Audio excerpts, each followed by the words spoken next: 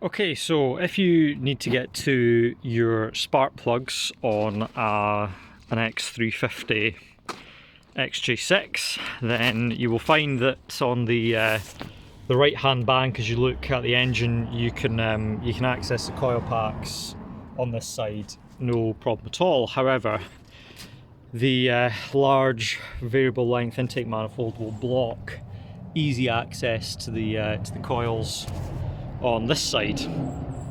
So you need to remove the inlet manifold. You may also need to, or be wanting to, remove your inlet manifold if you're trying to change this top radiator hose, as I have just done myself. So where to begin is with the engine cover, which is held on with 4 little Phillips head screws, and they locate on some fish plates in here. There's one here, there's another couple here and here, so that comes off pretty easily.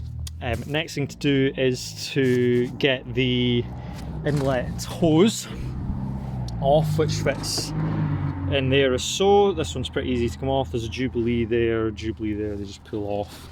There's also a connector here, which I took off just so that I didn't damage it. There's a vacuum line that goes on it as well. Once you've done that, you should be able to pull the boot off. I think I started on the throttle body side and then pulled it off this side as well, just a little wiggling and a bit of force and it comes off.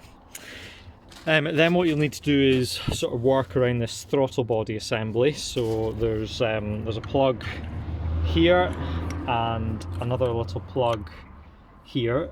Try not to do what the previous owner's done on this one and snap it all off. There's then a number of coolant hoses or various coolant and vacuum hoses. So I've just roughly got these ones in place. So there's 2 of them down here. There's another coolant hose which I've taken off, which is here, that links on to some of these ones. I can't quite recall now. There's also a vacuum line here that fits on with this little green clip that you pull. You get a screwdriver and pull it back like so, and then a bit of force and that comes off. Once you have everything disconnected, oh, and I should mention that they use these little compression clips. I've yet to put this one back on up here. To get those off, great tool for that is one of these set of pliers, and on the end of the cable is a couple of jaws. If it'll focus. No, it's not wanting to focus, but hopefully you can see that. There's a couple of jaws on it there, and when you pull the handles together, they squeeze the jaws together, and it can lock as well into place, which will get those loose, and you can then pull those off.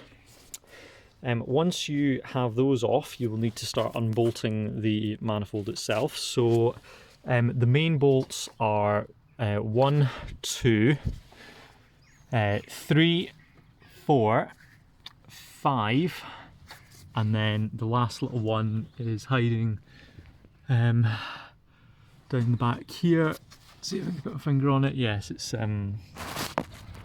one down here. Cameras may be making that look difficult to get to. It's just because of the light. It's pretty easy. You just get a socket down there. However, you will find that you will not be able to get a socket down there if you have the plastic scuttle in place, which is here. So this one is relatively easy to remove. You'll need to take your wiper blades off, which have a little plastic cap on the top of them that you pull off, that run on the spindles. And then there's these little nuts.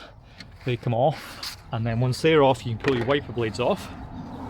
Then your scuttle is held on with 6 of these little clips.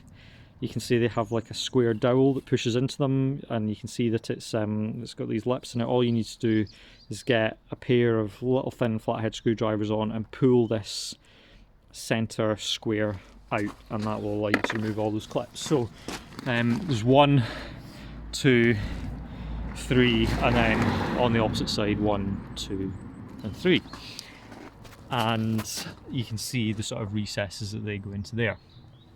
Once you have those off, all you have to do is take the scuttle, which you can see has a kind of a lip on it, a rubber seal, that runs sort of round the windscreen. So pull it back, pull the whole scuttle back, and then what you'll need to do is push sort of one side up the side of the windscreen up there, while you sort of bend the other one around the arms for the bonnet and then the gas strut as well. It's not particularly difficult, it's quite a sturdy thing.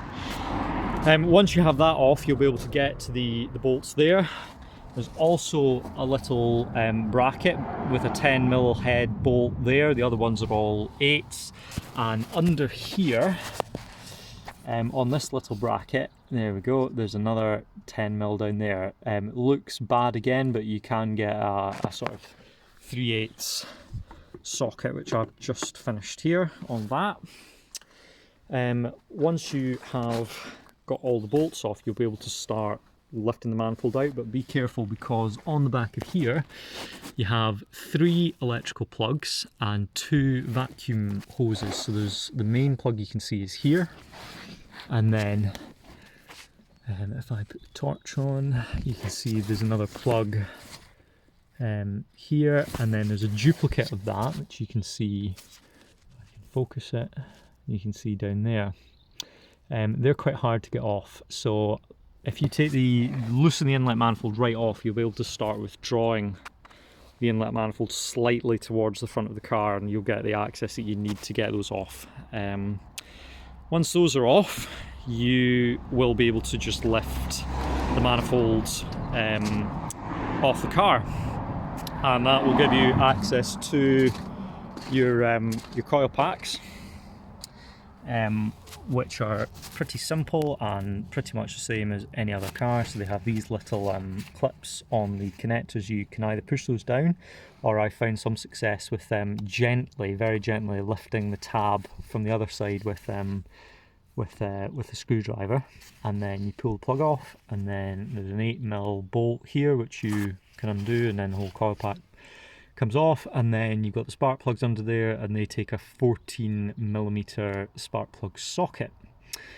Other thing worth mentioning is this bottom radiator hose in here. This is all part of this kind of plastic assembly. You can see there's a pipe coming onto it from down there. There's a pipe onto it here. There's a temperature sensor. There's a little return line, and this feeds up to the expansion tank. There's the thermostat down here, which it comes onto, and also back here there is the top radiator hose. These are a common point of failure. They usually fail here. On this little piece, it snaps off. It's supposed to be part of it, but it snaps, and then you get coolant leaks. So I've just replaced that. Nothing particularly difficult about it. It's just, again, these little clips that you squeeze together, and the aforementioned tool with the cable and the jaws that pulls these together will get those done quite nicely for you. A little bit of patience, a little bit of force to pull them off, and easier done as well with the manifold off the car. Assembly is the opposite of removal. One word of caution: these manifold bolts, the 6 that we talked about earlier, they bolt into a plastic secondary manifold which has got the injectors mounted into it, and what you're screwing into is a brass insert into the plastic. So don't go mad with torquing it up. I don't believe it needs to be torqued up very far. There will be torque specs for it. You'll be able to Google those online.